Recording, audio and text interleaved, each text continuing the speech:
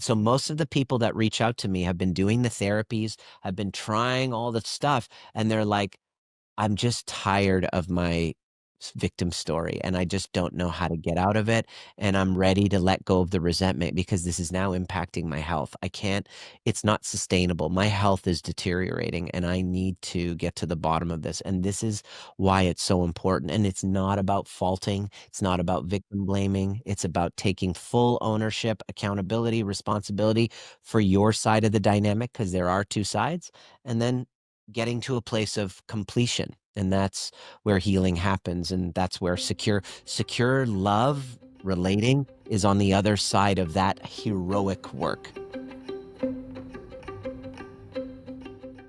Hello, and welcome back to Healing and Growing Hand in Hand podcast. I'm your host, Lisa Tickle. Our guest today is Dr. Nima Rahmany, and I'm going to read his bio. It's very interesting. This is going to be an exciting topic, I have to say. So Dr. Nima is a leading expert in shadow work, emotional regulation, and healing attachment wounds.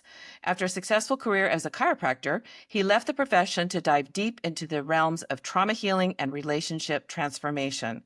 Driven by his own journey of overcoming toxic patterns and becoming trigger-proof, I love that, Dr. Nima now helps high achievers, parents, and professionals break free from cycles of codependency and self-abandonment. Through his signature program, the Overview Experience, and his experience in somatic attachment healing, nervous system regulation, shadow work, Dr. Nima empowers clients to stop reacting on autopilot and start creating lives and relationships filled with authenticity, connection, and purpose. With over 2 decades of experience in mind-body healing and a mission to help others break generational cycles of trauma, Dr. Nima's work is a transformational as it is relatable. So welcome, Dr. Nima. Thank you for being here. So good to be here, Lisa. I'm really stoked to talk about what most people are afraid to address. Right. We were talking about that before the recording started. That's exactly. We are going to talk about shadow work, but there's some other things that you mentioned that I went, yes, yes, yes, we need to talk about. And so why don't you tell us a little about yourself and then we'll get into this.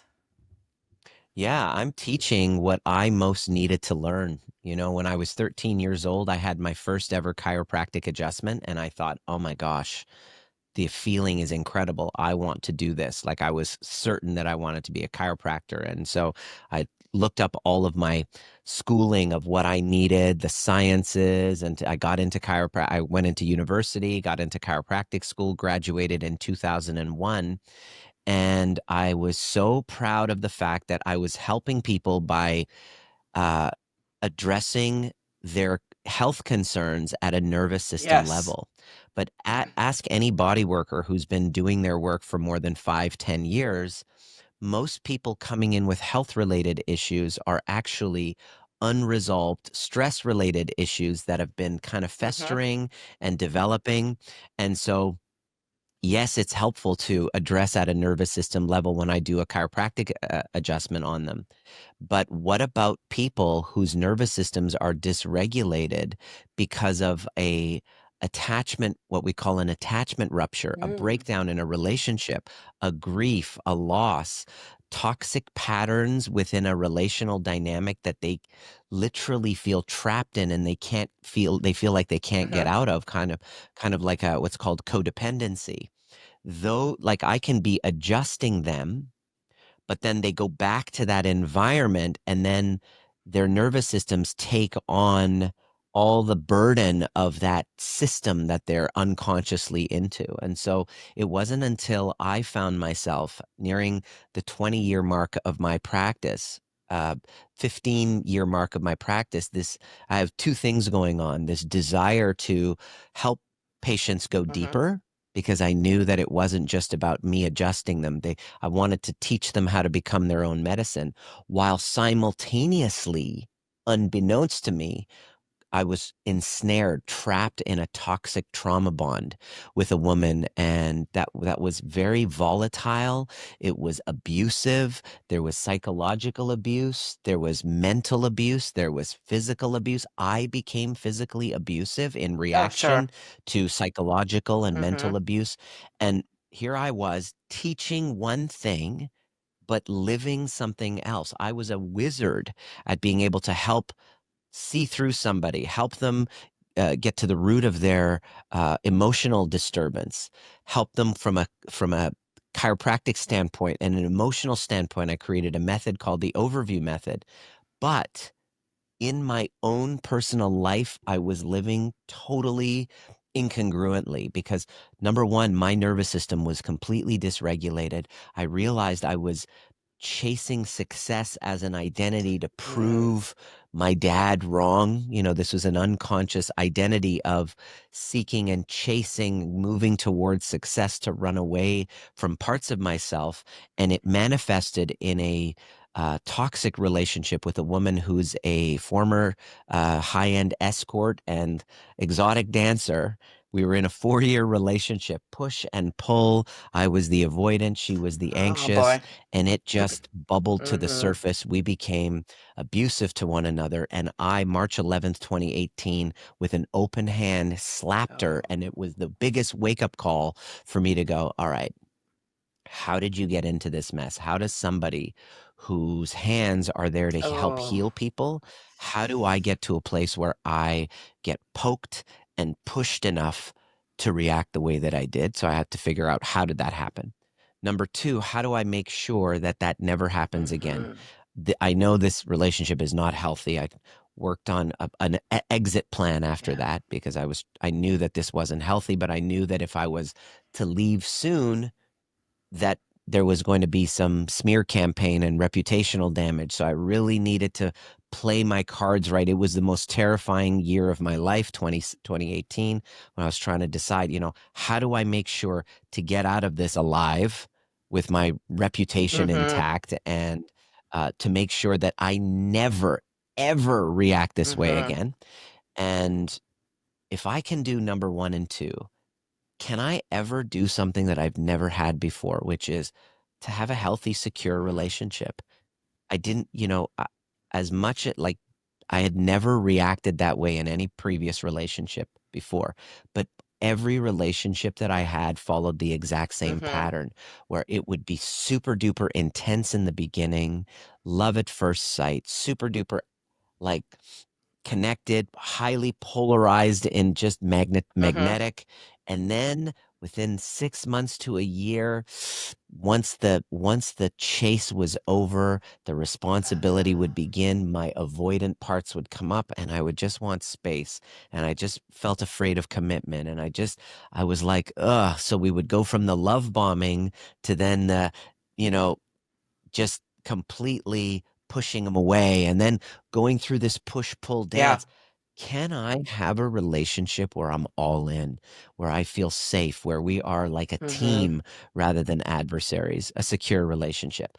And lo and behold, Lisa, I was able to do 1, 2, and 3, and so I now am married to my sweetheart, Diana. At the recording of this, I have a 4-year-old who turns 5 in a couple months, Mm-hmm. and, that led me to kind of commitment number 4, which is to make my karma my dharma. Oh. The problem that I was most confronted by is now my sacred purpose to then teach other people how to go from trauma bond, codependent, insecure, push pull dynamic, maybe even reactionary and Mm-hmm. abusive, to secure relationship by becoming trigger Mm-hmm. proof, by healing the relationship with parts of ourselves that we exile, that we push Yeah. away, and we can't get rid of because they show up in our most intimate relationships. So now I run a community of cycle breakers. It's called the Oh, I Cycle love Breakers Collective. that. People who are committed, who see themselves in my story, who are Yeah. committed to breaking those cycles so that their children don't have to be raised in, the home doesn't become a battlefield. It's more of a sanctuary, Yeah. and that's what we're all about. Ugh, your story resonates so much with me because that's how my first marriage was. My husband then was an avoidant, and I had the attachment, the push pull, and the fights that we would get You're not in, alone. the arguments, and it actually did get physical. Healing is hard, but healing alone is even harder. If you're craving connection with women who get it, the women's healing community is here for you. There's no judgment, only real conversations, healing tools, and a circle of support. Click below to sign up now. There was one time that we were arguing so hard, and he actually pushed Yeah. me, and that was not like him either. It was Yeah. he pushed me hard enough that he pushed me into the closet, and I Yeah. knew at the very instance that this is not like him, right?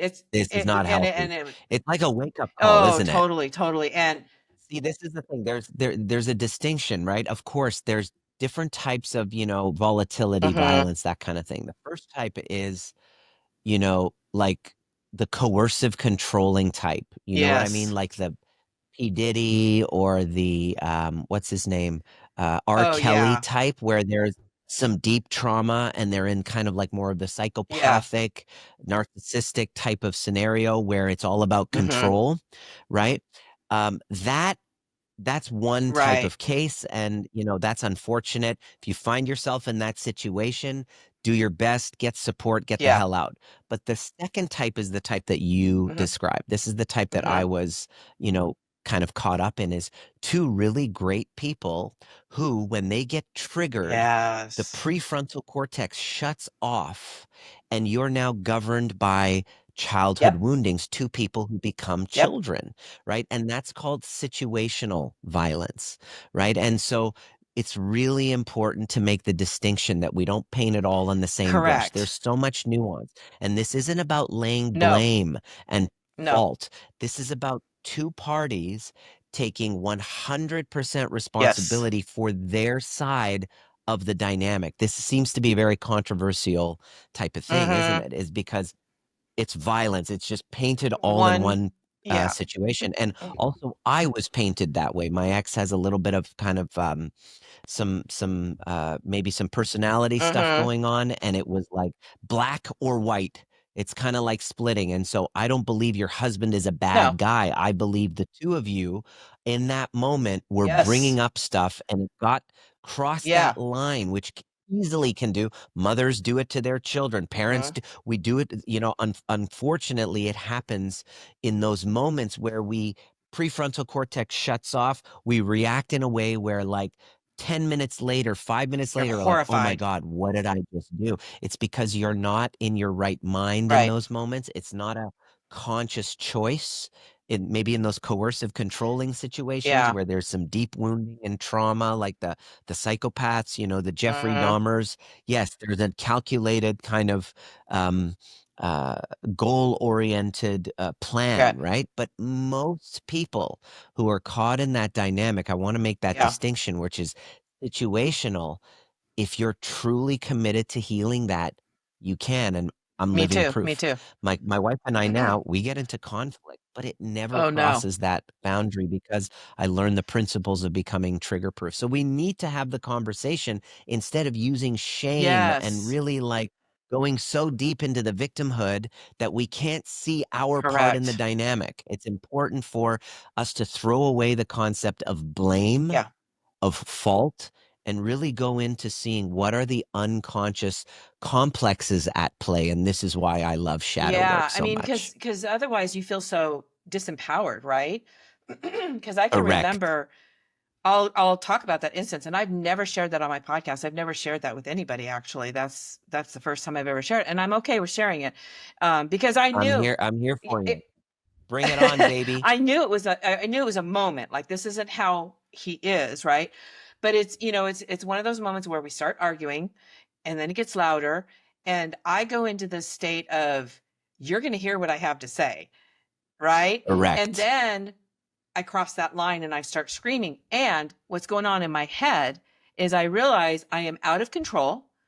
I am watching this train wreck happen and I can't stop it. It is the weirdest dynamic of knowing that this behavior is wrong, but yet you Bingo. just it's like it's almost like you get pulled into it.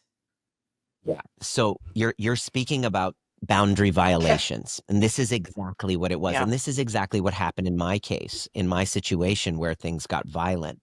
Um, it's really about taking responsibility rather than blame. What happens is it was the same thing. She's the anxious, I'm the avoidant. I would say again and again, "Get away Yep. from me. Get away from me." Now, because I was raised in an environment with a mother who just trampled over my boundaries, Oh. I was not able to recognize, "No, you're crossing a Right. boundary right now. I've asked you for space, and you're screaming Mhm. at me. You're emotionally Yep. abusing me. You are mentally abusing me. You are getting into my space. I'm trying to literally run away, go Yes. to the other room. She's following me. She's literally barricading the door to prevent me from leaving." That is Mhm. abusive. Right? That's exactly abusive. Now, you take 2 people and it escalates, and you're in your situation, the little girl inside you didn't feel seen and heard.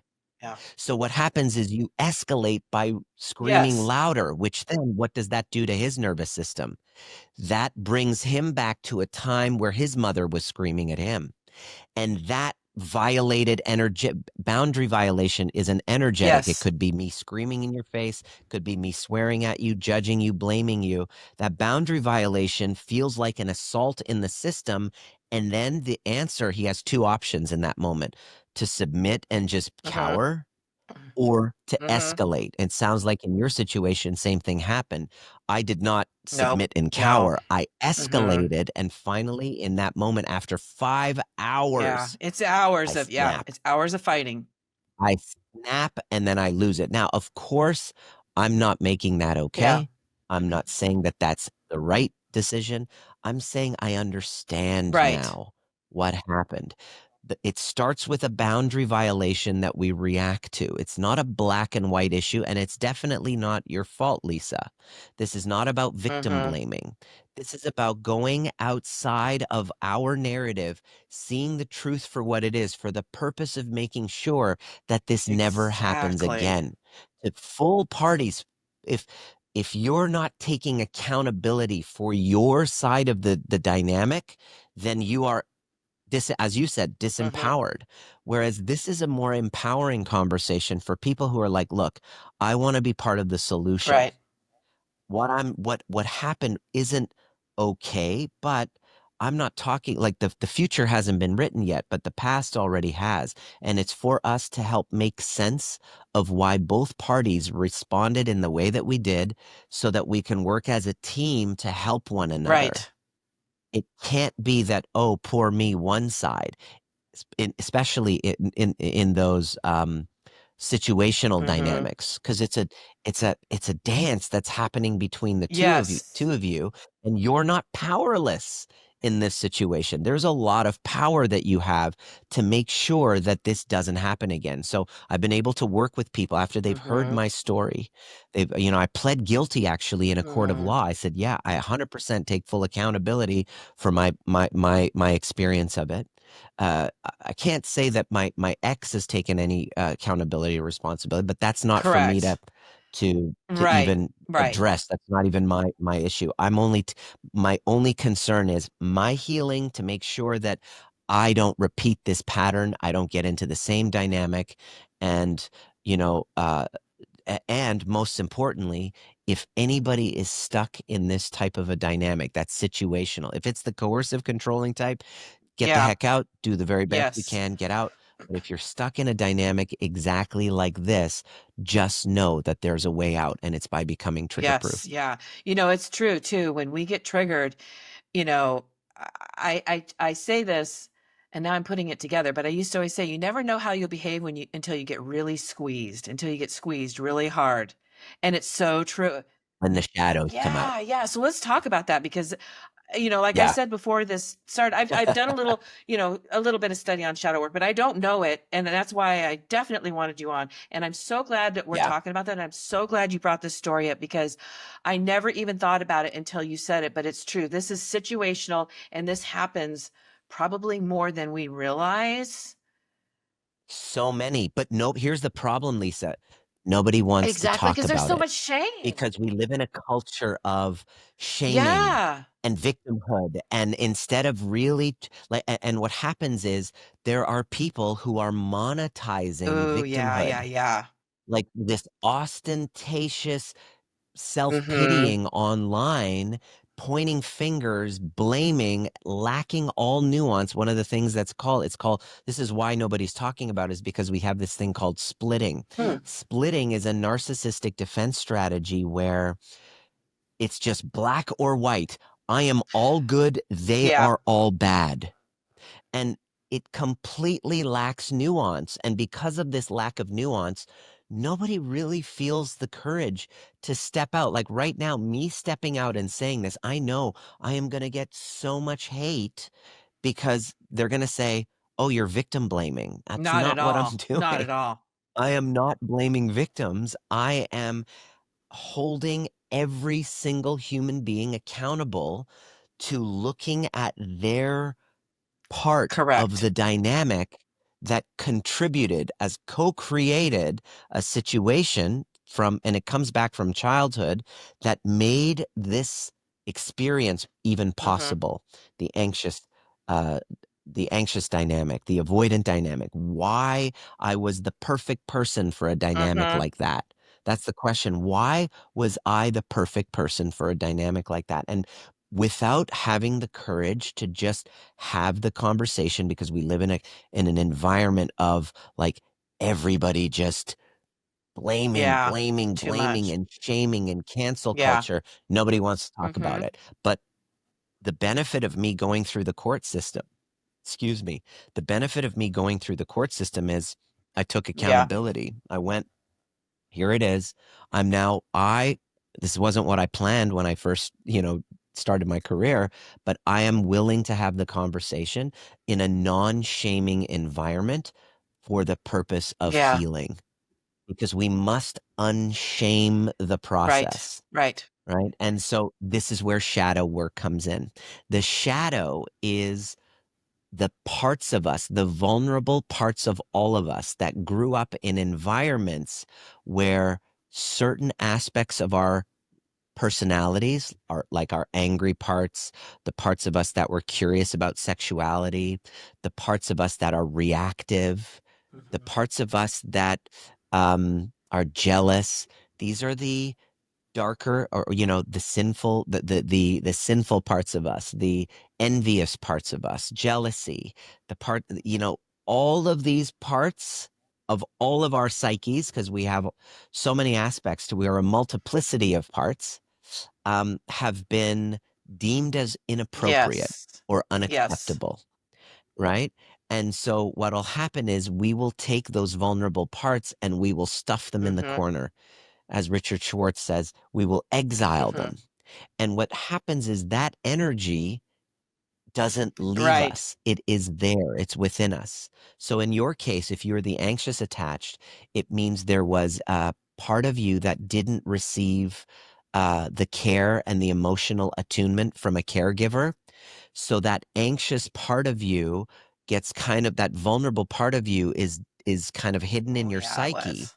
and you don't know it's there until you get into a relationship. And in a Ah. relationship, those parts get Sure. triggered.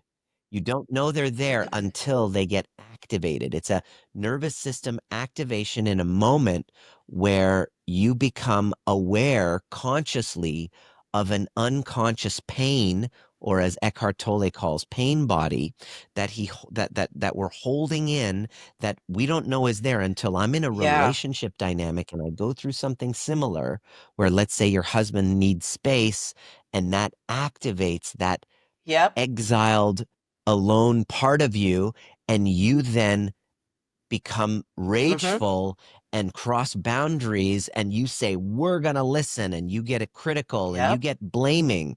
And then what happens is it activates his shadow of failure or shame, where his mother was scolding him. So now two people whose unconscious complexes, called the shadow, the parts of us that we've been kind of hiding or trying to work around or trying to compensate for, perfectly designed in a relationship to both of you to activate one another, so that you can now face what you've been avoiding. And now becoming trigger proof is learning how to work with that shadow rather than try to fight against it.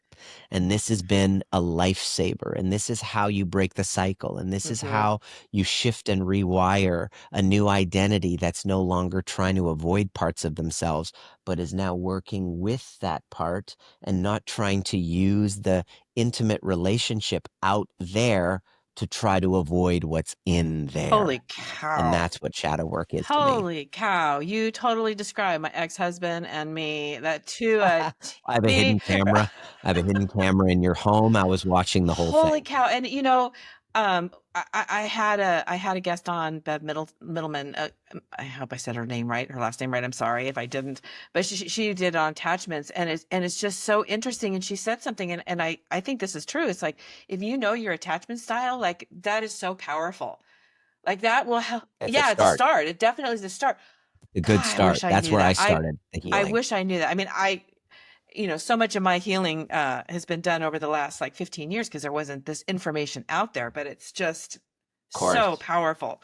So, So what I've done, Lisa, is what I'll do is I'll provide a link so that you can put it in the show notes for anybody who's listening, so that they can find out where their attachment yes. style is.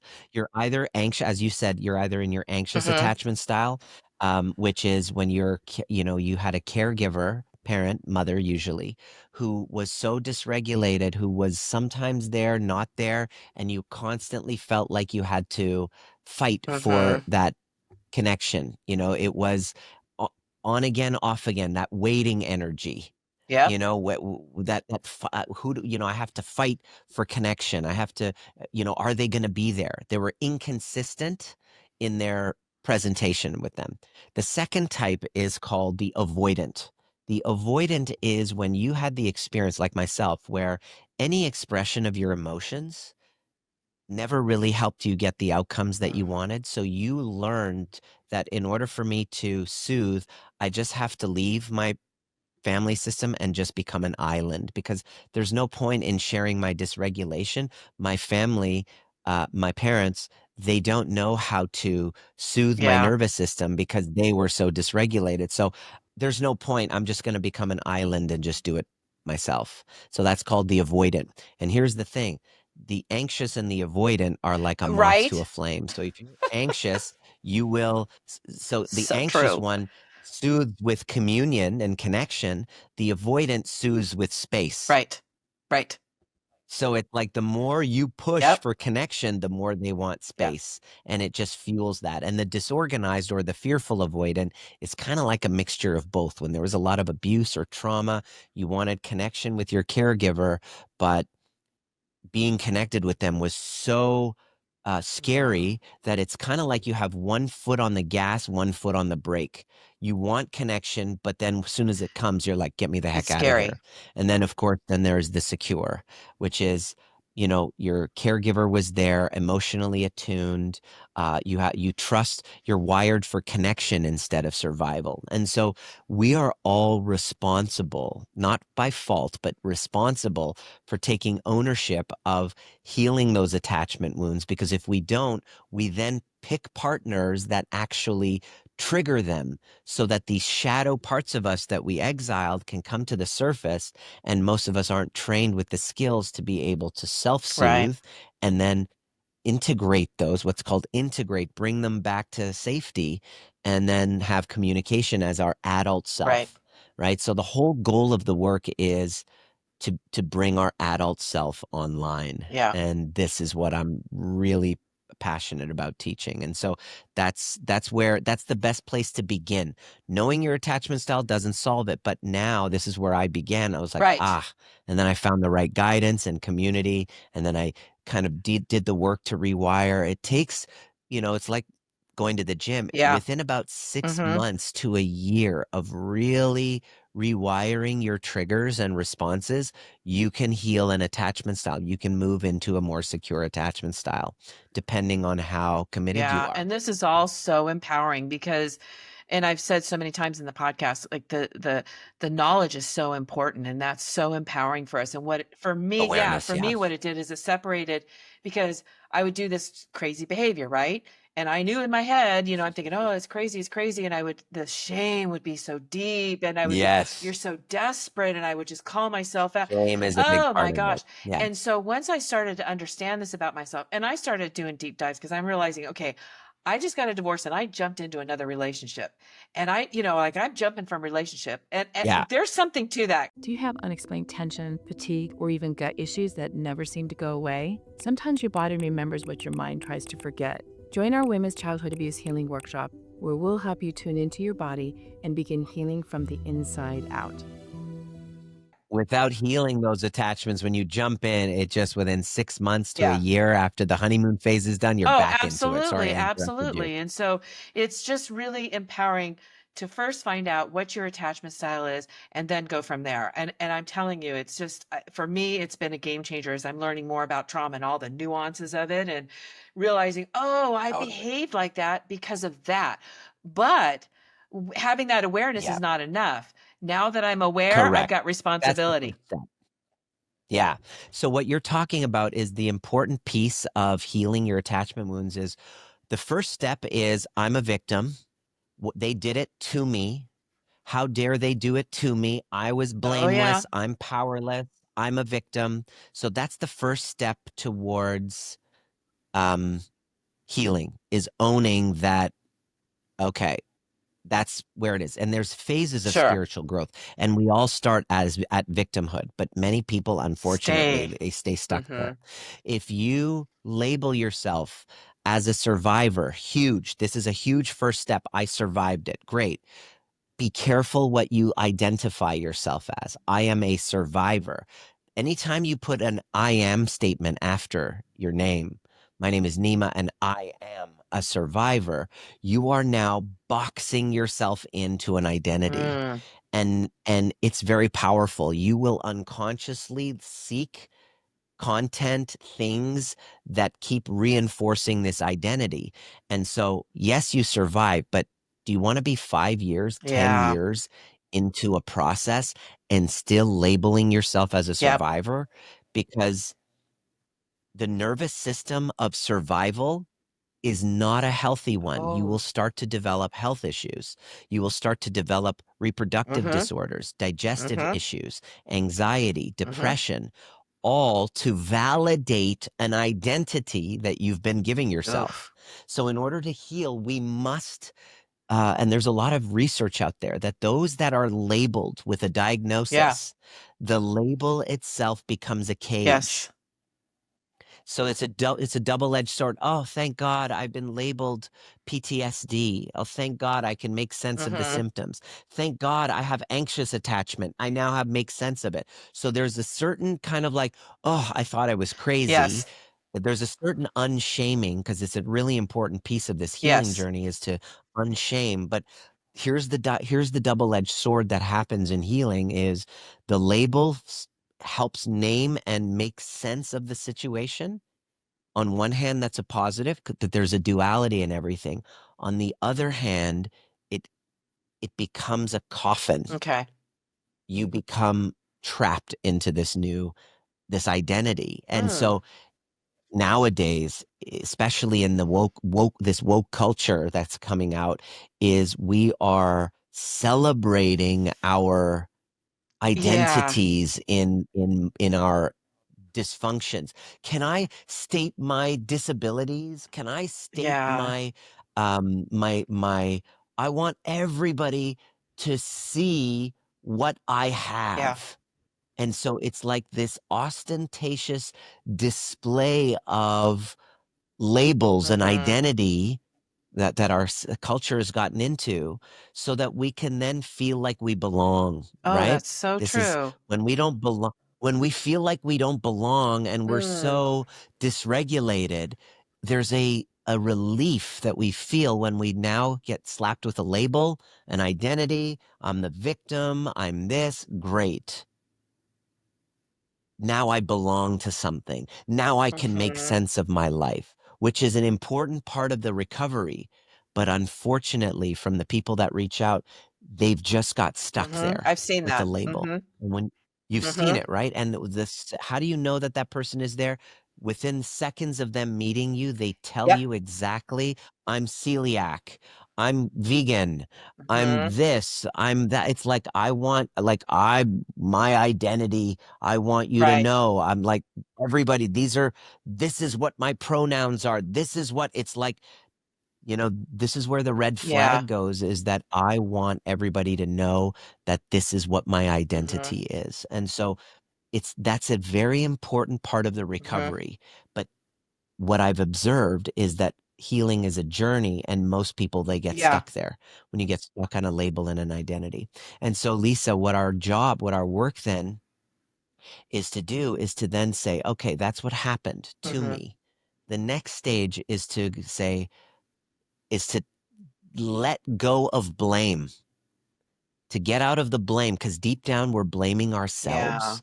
And especially in codependency, there's this shameful part of us that is so ashamed of how we showed up that we need the victim label, the identity, the resentment towards that person Yes.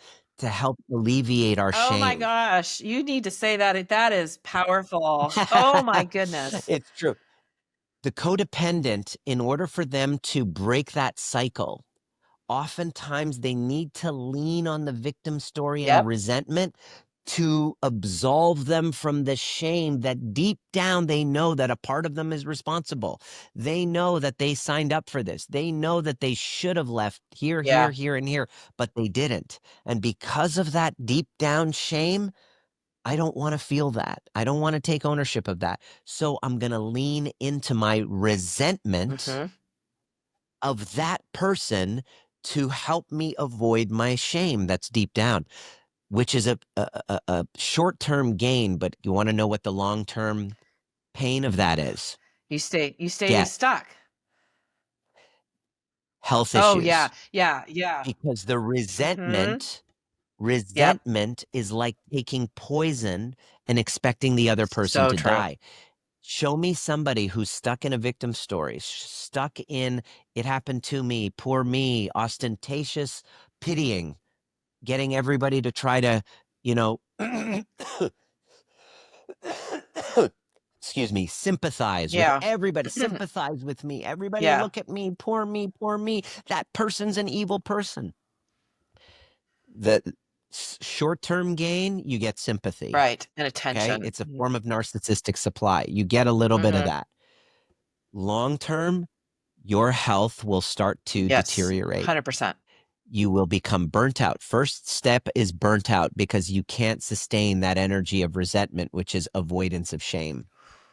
Second is you start to get digestive issues. You start to get reproductive disorders. You start to get anxiety, poor sleep, and then everything just falls apart. Anxiety, depression, digestive, uterine, and reproductive Mhm. disorders. Um, One of my clients, one of my students that came to the overview experience, was dealing with a toxic relationship situation. He was dealing with rectal kind of like colitis, Mm. like like a burning in his rectum, like a Ooh, pain in his a ass. real one. Literally, literally. So the body then starts to manifest dysfunction as a sign that you've been holding on to shit, Yeah. holding on to stuff, and there's no freedom in that. So, this is where, as a healthcare provider, my concern is helping people rewire that identity and go into the next one, from beyond victimhood to manifester to Yeah. channeler, and say, how did I co-create this? Not with fault, not with Curiosity. blame, but just feel the shame of, God, I can't believe that I showed up that way. I can't believe, how could I have reacted the way that how did I just abandon myself when how did I ignore all those red flags? How did I stay so long when it was all the point, everything was pointing, everybody was telling me, what the heck are you doing, Nima? And I had to sit and just feel all the shame of that. And then the next step from that, Lisa, is to unshame and to really help bring compassion towards the younger parts of you that were simply trying to get their needs met with that person outside of them as an unconscious attempt to complete what was incomplete in your Mhm. childhood. Mhm. And that's not something to blame, that's not something to lay fault in, it's just something to bring compassion towards. And so as you bring compassion towards yourself, you can then see how you were the perfect person in that dynamic to experience that exact thing to wake you up to truly get you to learn to love yourself. And here's the kicker: any type of therapy that you do that does not hold you personally accountable for the co-creation of the Mm-hmm. dynamic without shame, without fault, without blame, causes you to lack all insight, keeps you perpetually stuck in that victim kind of identity, and it's impossible for you to heal. So most of the people that reach out to me have been doing the therapies, have been trying all the stuff, and they're like, I'm just tired of my victim story, and I just don't know how to get out of it, and I'm ready to let go of the resentment because this is now impacting my health. I can't It's not sustainable. My health is deteriorating, and I need to get to the bottom of this, and this is why it's so important, and it's not about faulting, Right. it's not about victim blaming, it's about taking full ownership, accountability, responsibility for your side of the dynamic, because there are 2 sides, and then getting to a place of completion, and that's where healing happens, and that's where secure Mm-hmm. love relating is on the other side of that heroic work. You know, it's interesting that, and I'm just going to put this out there for the listeners. One of the things that was in my head when I was sitting there thinking about when I was in my victim mindset for 100%, everything was my ex-husband's fault. It was him. It was him. If he just did this and he just did that and didn't take my own ownership, and it was, I felt deep down inside when I think back on that time is that I couldn't take ownership because as a child I felt like I was such a screw up all the time and always getting in trouble. And so I don't know, I hope this makes sense, but that's kind of what was going on in my head. You're talking about shame. Totally, totally. It is shame. So you just nailed it. You just nailed it. This is why we don't take ownership, because for me to take ownership of the parts of me that reacted and slapped Yeah, my ex-girlfriend, I my ego wants to say, "Yeah, but she did exactly. this. Yeah, but she did that. Yeah, but she did this," and it's a Right. justification. What the ego does is it's trying to protect those vulnerable parts that Yes. feel ashamed. So what we do is we justify what we're doing as an unconscious attempt to avoid our shame. And that the cave you Joseph Campbell says, "The cave you fear Ugh. entering holds the treasure you seek." So my work, which was painful, was to sit in that chair and to feel the shame, to cry, to feel the embarrassment and the guilt, and to expand my capacity to feel the shame and the Mhm. guilt of my unconscious parts of me that reacted the way that I did and hurt my ex-girlfriend. And it was so Mhm. painful for me to just hold myself accountable and be like, "Oh Mhm. God." And I would love to be able to have a chat, do a be able to get completion. I teach people how to repair, but that's not available in my Yeah, sometimes situation. it's My not. ex really wants to use the court systems to do all that, which is fine, and that happens sometimes. It's not available, it's so healing to just for both parties to sit there and go, "I'm sorry I hurt Mhm. you. This is what I was dealing with. I've done the work, and I see my part in it." And then to hear that from the other side, which is what happened in my first marriage, we totally did Mm. that. In my first marriage, there was no abuse or anything like that. I just left. It was 6 years together.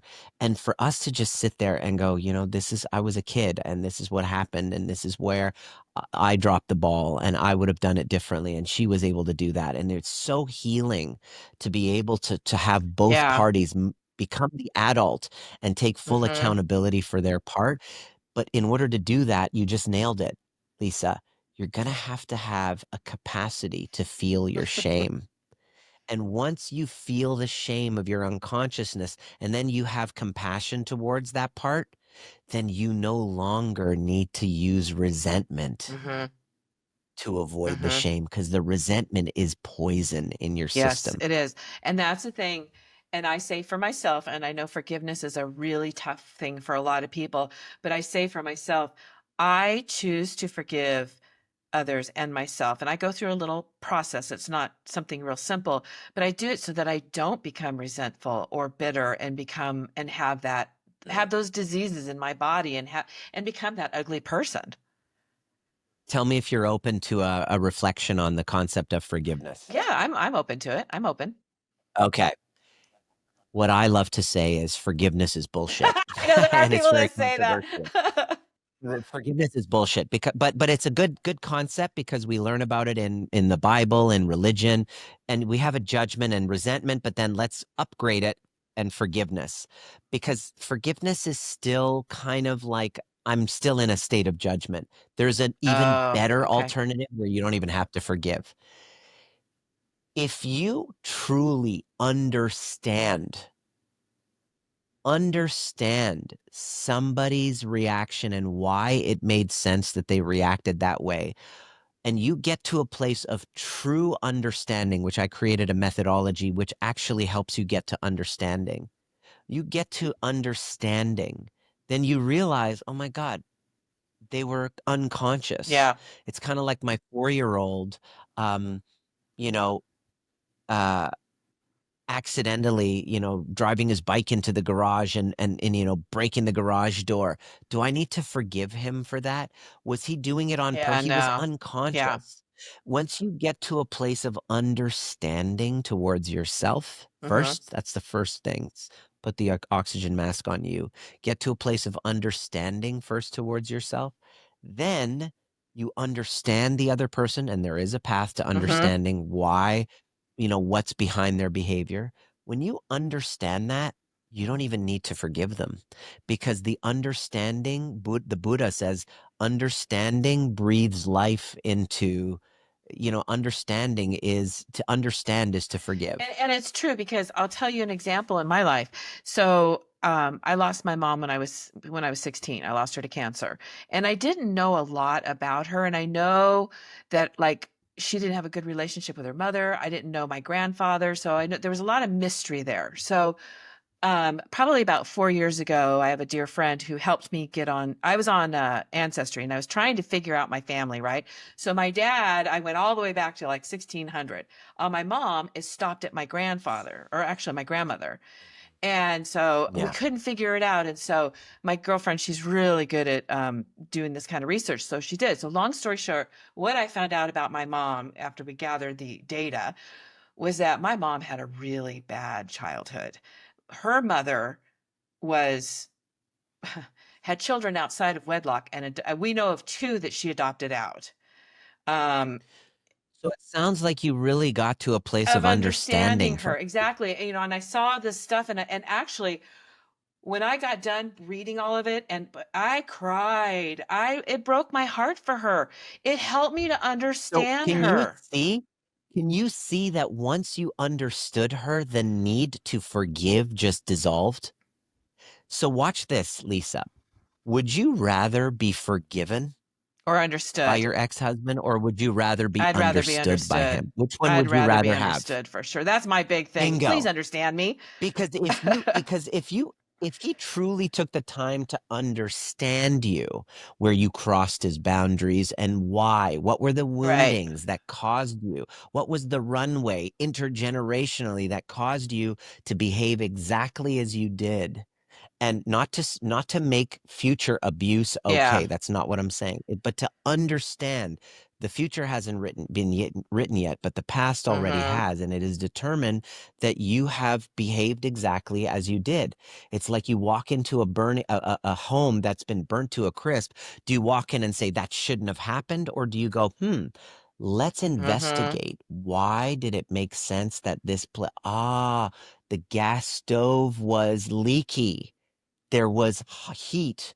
There was a light fixture that was burning out. And then plus that, Mhm. ah, it makes perfect sense. I understand why this house burnt down so that when I build another one, I can make sure because I took the time to Mhm. understand, Mhm. I can make sure that I don't burn down another one. Yeah. This whole thing, oh, I got to forgive the house. No, let's understand. Let's forgive instead of forgiveness. I'm making an invitation for people is take the time to write down what you think you need to forgive yourself Yeah. for, what you think you need to forgive others for, and find somebody that's going to help you make sense and understand the Mm-hmm. behavior. Then you realize I don't need to put myself on this high horse to forgive anybody because I'm human.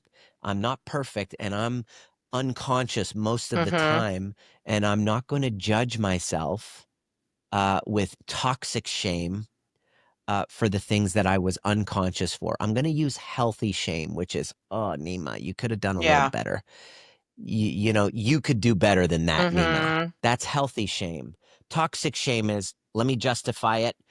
This is why it happened. It's your fault. I don't want to even feel it. I'm the victim. I'm the victim. That's toxic shame, not taking any accountability, responsibility. Healthy shame is, oh, I'm embarrassed. Yeah.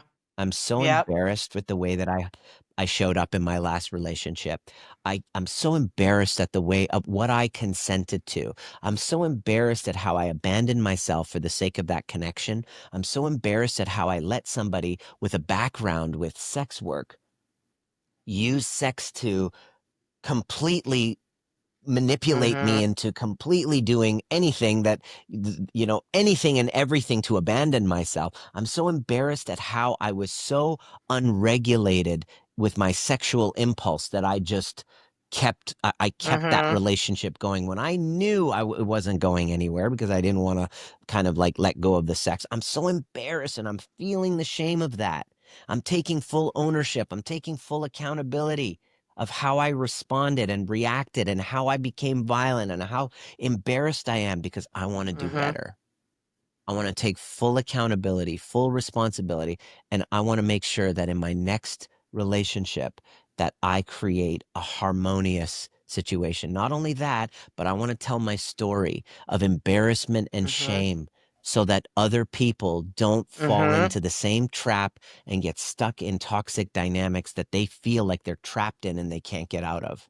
I'm willing to feel that shame, take full ownership, and once I've done that, understand her woundings, Mm-hmm. her survival Mm-hmm. needs, her need to get out of her sex working operation and to use me and my name and my credibility for her next identity Mm-hmm. and fully understanding all of it so that I don't feel like I need to forgive anybody because I understand it. And I believe that the definition of love isn't what people do to us. Everybody loves to be loved. It's like, oh, you got to feed me compliments, love languages, do acts of service, tell me I'm beautiful, all that stuff. But I believe that we need to redefine love. Love is making the effort to understand. I like that. Love is this person's behavior is not inspiring, but I'm going to make the effort to understand them. And that to me is love. Mm-hmm. And so the only way to break the cycle is through love. And so for me to first instead of try to forgive myself, which is kind of covert shaming, I'm going to understand Mm-hmm. myself so that I don't know, so that I don't need to forgive anything. And then I'm going to understand Mm-hmm. her, them, Mm-hmm. and by loving them through understanding them, that's the only way our bodies and minds become Yeah. free. Our nervous system grows into safety and possibility of a secure relationship moving forward. And that's what I'm committed to teaching. And that's it. And I'll say this, it's interesting because when I think back on, and I'm not doing this as much anymore, but for, of course, years, I would think back on all the shameful things that I did, right? And I would just feel horrible about myself and I would go down this whole cycle thing. And I got to the point where I realized, okay, Lisa, you behave that way because of your trauma and it was the way you responded and all that, right? And help me understand that. And now when I think back on it, it's rare that I go, oh God, I can't believe it's Yeah. more like Yeah. I was in survival mode. It was not okay. It was Totally. not okay. And I had done Totally. a lot of cleanup. Believe me, I've done a lot of cleanup. Yeah. And there is a distinction between justifying it. Oh, I did that. I can do whatever I want. I had Right. trauma. I can react the way that I want. No, no, no. It's not about justifying future Correct. behavior. It's about helping you rewire and unshame and then choose, go, that's who I was. That's where it came from. Who would I love to be moving forward? What identity do I want to take moving forward? Well, I always leave the listeners with this question for you, which is, Sure. what do you want to Shoot. leave our listeners with? Well, I want to leave the listeners with kind of like first and foremost, a gift, a quiz so that you can understand your attachment style. Because if you're resonating with this conversation, you want a starting point. That's the Mhm. starting point. And anytime you have a question, you can feel free to email me after you finish that quiz. I'd love to hear your feedback or on my various social media channels. Please don't hesitate if you have a question. It might lead to another, another piece of content. But Yes. what I'd love to leave everyone with is this quote that came to me in a dream. The quote that came to me in a dream is, "The highest form of forgiveness is the authentic recognition that everything served you and that there is nothing to forgive." Ooh, I like that.